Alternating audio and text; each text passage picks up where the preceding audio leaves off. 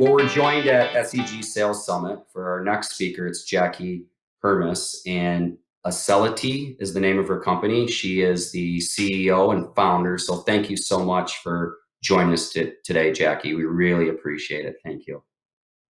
Yeah, Um, absolutely. Thank you for having me. Yeah, and just to kick things off, we always like to talk about everyone we've interviewed over the last couple days. They're extraordinary, and at the end of the day, we picked everyone for a reason because they do amazing things. They coach people, they train people, they help companies go to the next level, individuals. However, we know that with that, there's always a story and there's vulnerability that they faced in their life and things that have happened to allow them to help others. Would you mind, Jackie, just taking a few minutes and walking through like some of those moments in your life or the moment in your life? So, Yeah, I mean, I think that everything that ever happens to you or in your life is something that shapes you into who you become, right? So, I there are probably a lot of stories that I could tell about, what shaped me into this person, but I would say one thing that really shaped me was fostering, being a foster parent. I adopted two of my three kids are adopted, and just learning. I mean, it taught me a lot in reflecting about how to be a good leader, how to communicate with people and connect with people, because you really have to understand. There's always a reason behind the way someone acts or the decisions that they make or the things that they do, and the reason always makes sense to them, right? And so, yeah, if you can learn how to get into people's heads and have an understanding of why they're doing what they do, you can really get to relate to people on a really incredible human level.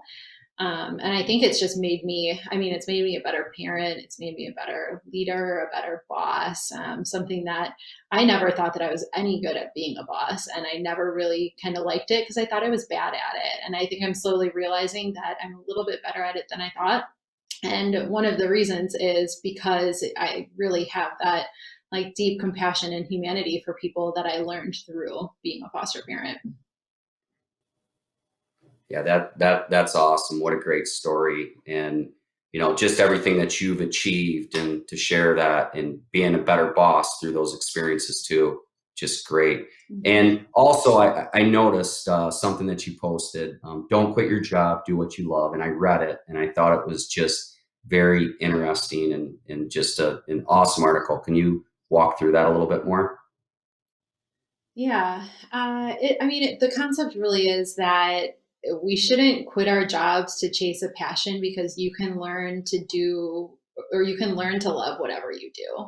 And I think that people really chase happiness as like like some destination. When I get here, or when I get this job, or when I make this amount of money, or when my life looks this way, then I'm going to be happy. And for me, I am like a super type A achiever, right? And so I've always had Yeah. those narratives in my head too, that, I need to get to a certain place and then I'll be happy. And you slowly realize that everything you achieve, there's a next thing you want to achieve, and there's a next thing that you want. And so I think if we step back and learn to like the process, you can like Yep. anything that you do, any job that you have. I think in that post, I told the story of my first job, which was bagging groceries, which I swear it was like a bunch of high school kids sitting around whining all day about how much they hated working there. And it's like, if you can learn to love, like the everyday of figuring out how to be good at it, or how to get promoted, or how to make relationships with your managers, or whatever it may be. I mean, I got promoted twice in high school in the grocery store, because I learned to like the process and understand. I mean, that doesn't mean every day you show up and you're like, yay, I love bagging groceries or cold calling or whatever it is you're doing in your career. But I think that, you can learn to love anything if you have the right attitude. Yeah, absolutely. It's almost like enjoy the moment you're in and be the best you in the moment. And you're gonna love life so Hmm. much more rather than, I have a tendency to do this of what am I gonna accomplish 7 days from now? And like then you never live in the moment. You're always focusing on the next accomplishment. So I think that is just awesome, just living in the moment. Um, Also, something else that I had noticed, and that I thought was just amazing, is you never knew what you were capable of until you started your own company. And you talk Mhm. about being humble, because most people would think, wow, Jackie had to know she was going to be great at what she's doing. Come on, right? Look at her following, look at her advice she's giving other people. But just to hear that from you, to say, look, I didn't know what I was capable of. Could you tell us a little bit more about that? Yeah, I mean, I have always been a pretty confident person, but it was always kind of like I'm confident that I can do anything and figure it out, not like a huge ego. Oh, I'm sure some would say I have an ego. Who knows? But when you're building a company, God, I mean, every challenge seems huge, and then the next challenge is even bigger. And it's, when you have one employee and you're figuring out what it's like to manage and hire one person, and then you grow to 10, and then you grow to 20, and then your company is No. in millions of dollars in revenue. And then you're like, oh my God, the things that used to be scary to me are a piece of cake now. And the Yep. things that are scary to me now seem huge. And it's just this like continual process of realizing, overcoming challenges, realizing exactly how much you can do, how far you can stretch, how good you are at making decisions, or what you can learn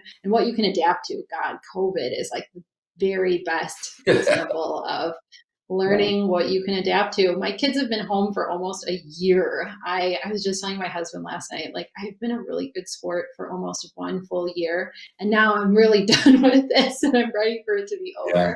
over. But I mean, I think with every new challenge, you learn what you're capable of. And I mean, growing a family and growing a business have been probably my two biggest yet.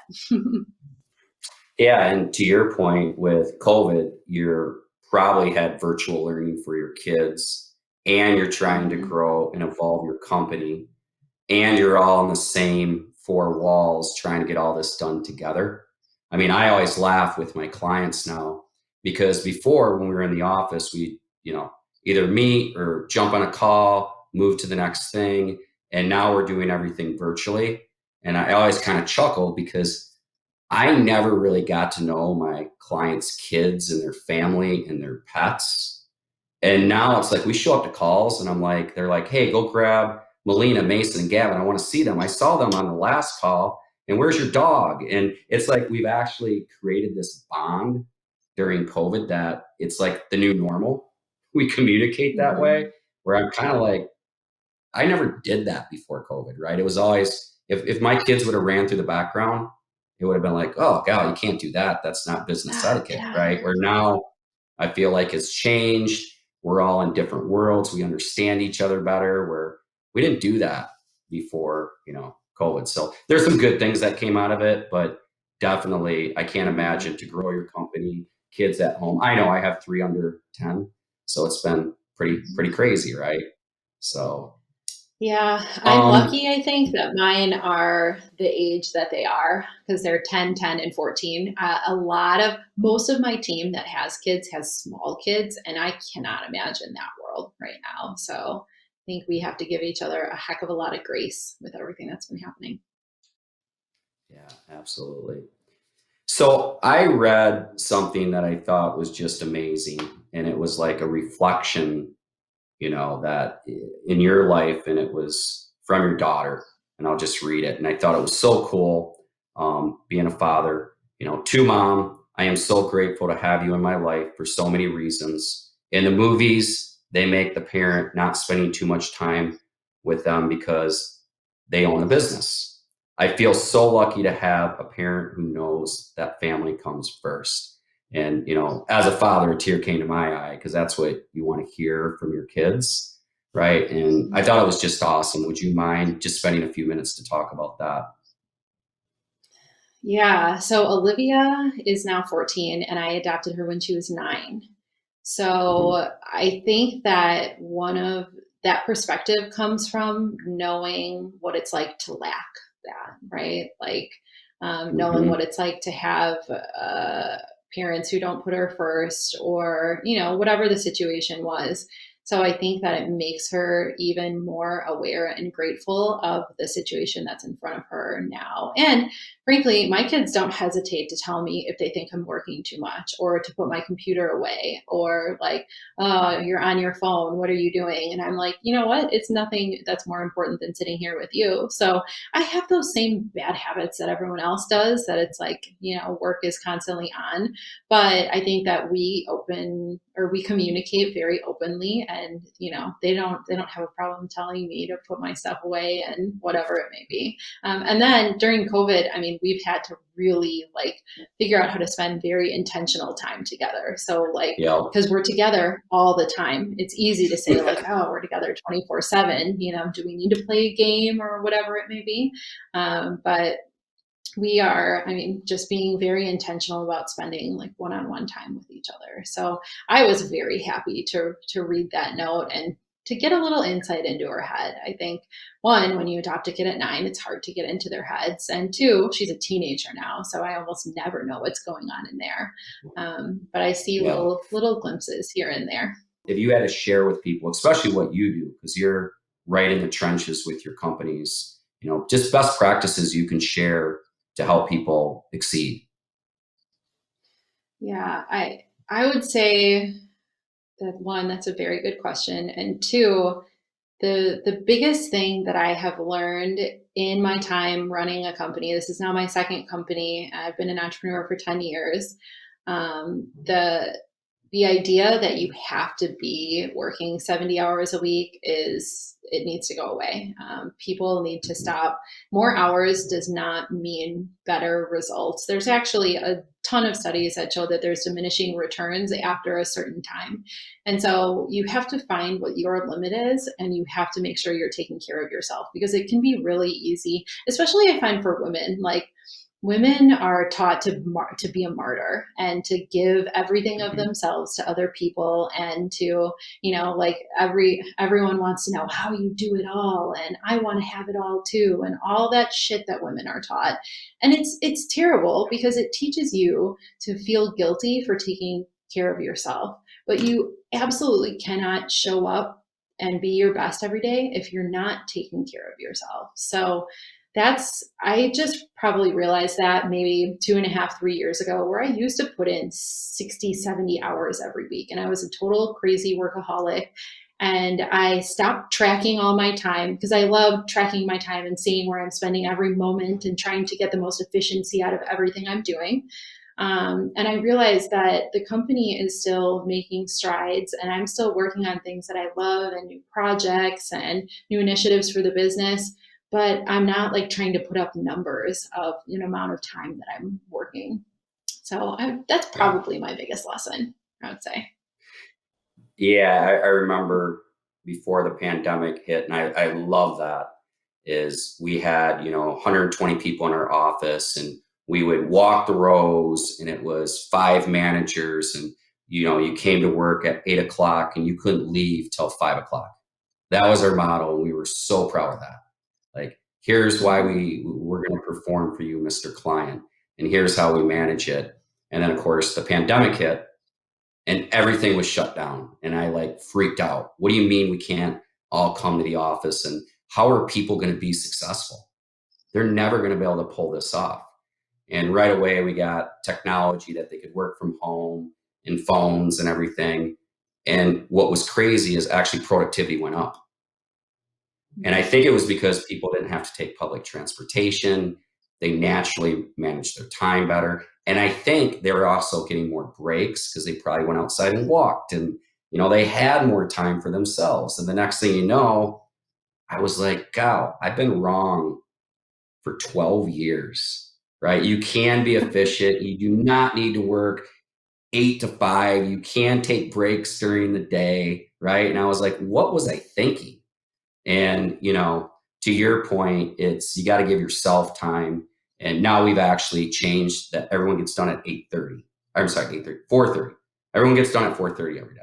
We don't need to work to 5, because we're more efficient, and, all these kind of things. And I think that, to your point, you got to take care of yourself. You got to do your hobbies. You got to be the best you. And what's that mean? Maybe that's reading. Maybe that's working out. Maybe that's other things that you should do to enjoy your own time. So that way you can be the best mom or father or boss, whatever it may be. Because without that time, when I'm the most irritable or I'm not nice to my kids or my coworkers, I look back at the day before and go, well, I worked 14 hours. I didn't get my sleep. I didn't eat right. I didn't jog.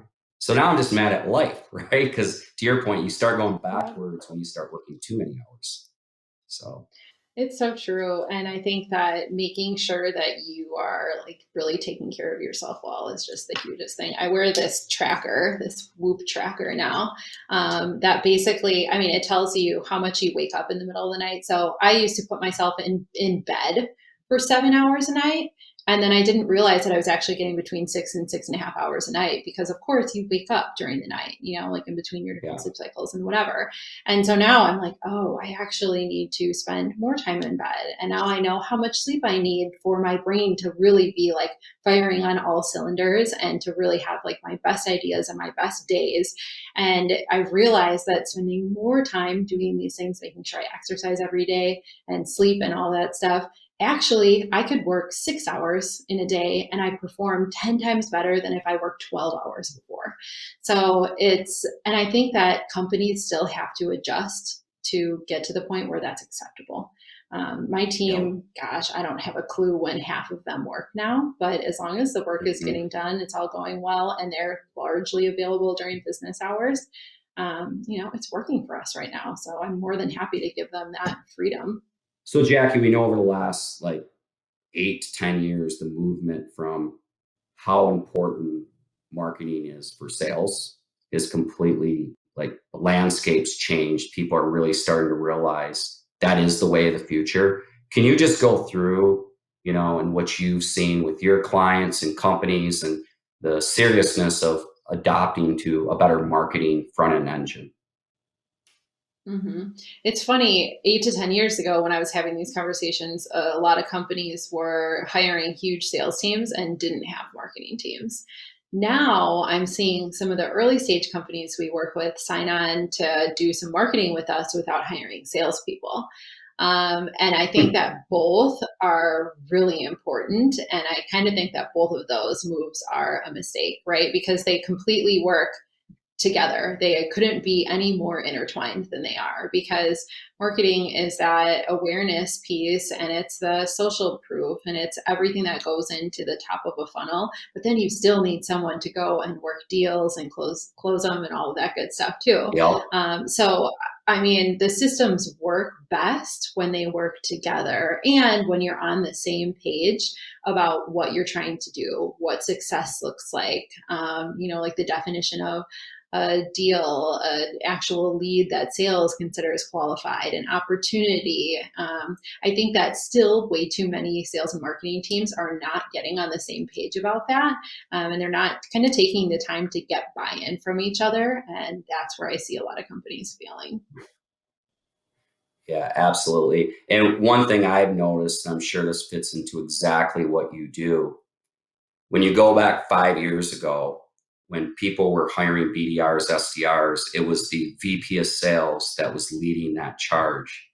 And it's amazing to me now. It's not amazing because it makes complete sense. The chief marketing officer, the director of marketing, that's the person now in charge of BDRs, SDRs, who are sales professionals, right? That's what they're doing. They're making outbound calls, they're selling deals. Now they're saying, Mr. CMO or director of marketing, you're going to be over this unit because it's supposed to go together. It's like Pippen and Jordan or Batman and Robin. Like this has to go together. It cannot be separated. It can't be owned by sales and then marketing over here. It's a marketing function for demand generation, lead generation. This falls under marketing. So I've just seen this huge shift in what you do and how organizations are implementing this. Anything to share from that standpoint? Because are you seeing the exact same thing? Yeah, and actually, we are looking at the structure of my own company too, and we just put all of the departments under our head of sales. So we went the opposite way. he like deeply understands marketing, but he's a salesperson at heart. So he's running both of those departments. And I think it makes absolutely the most sense because they have to be working together, right?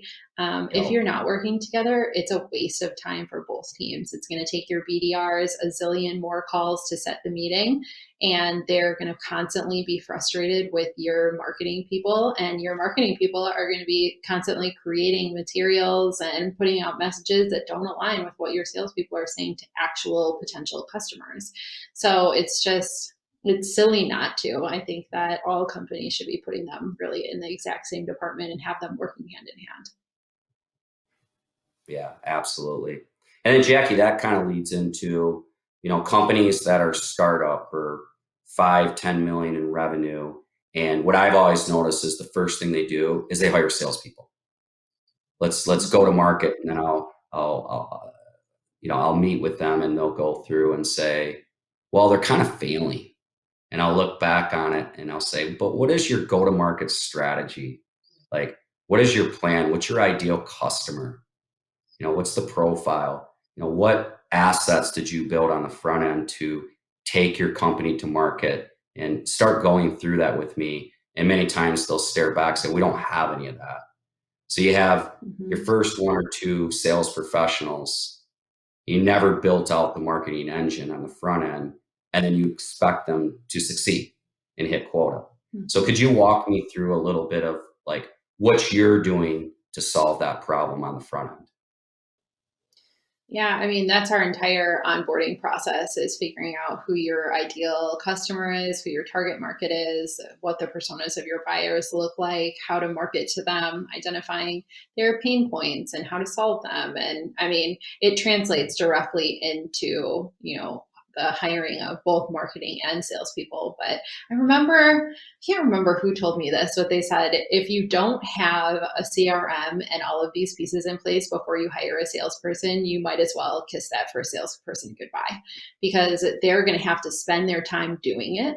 They're not going to be able to spend their time selling, and Yep. they're not going to be happy, right? So you might as well. I see companies fighting so hard against, like, oh, well, we're too close, or we don't know exactly who we're targeting, and we need to make some calls and figure that out. And it's like, man, take your best guess, do some, like research, do some informational interviews, Google it. I mean, there's so much you can do to put some of this stuff in place up front, and it can always be tweaked.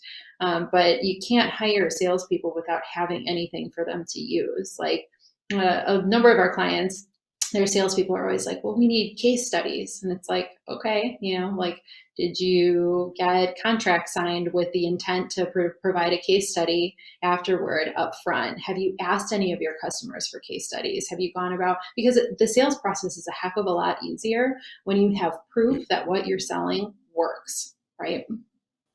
Yep. Absolutely. And it goes back into something you said that really resonated with me. You hire a salesperson that's used to selling, being if it's Zoom or out in the field or whatever it looks like. And then they're in their first 2 months and they're really good at sales. And you say, oh, by the way, we do not have a database. So can you help us go obtain that so we can go after our targets? Number two, we never put in a CRM system. And by the way, there's no information for you to share, right? Can you help us figure this out over the next couple months? Marketing, CRM, pitch decks, whatever it may be. Because and then that salesperson, they're expecting to be the expert. But when they interview the person, it was, hey, I'm really good at sales. And how many great sales professionals are the experts in marketing, CRM implementation, working with Zoom info to obtain the right list? So now you've Mhm. frustrated your number one hire. I love what you said because it just resonates. You've frustrated the person that's probably really good. And then what happens? It ends ugly. And if you Yep. really look at it, it it was the right hire. You just didn't take your time, maybe the first 90 days to work with someone like you to say, let's lay that foundation. So when you hire your first person, they're set up for success and you're set up for success. And yeah, maybe it costs you 20, 30, $40,000 to do that. But you're hiring a person that you're going to pay $125,000 to. Do you think that investment may be smart? Hmm. Absolutely. I mean, it's better to spend the 20, 30, 40, however many $1,000 to get a marketing program up and running than lose Yeah. that hire. So but it's funny, a lot of people don't look at it that way, but I think the tides are shifting. So we'll see what happens. Yeah, no, I absolutely think so too. So.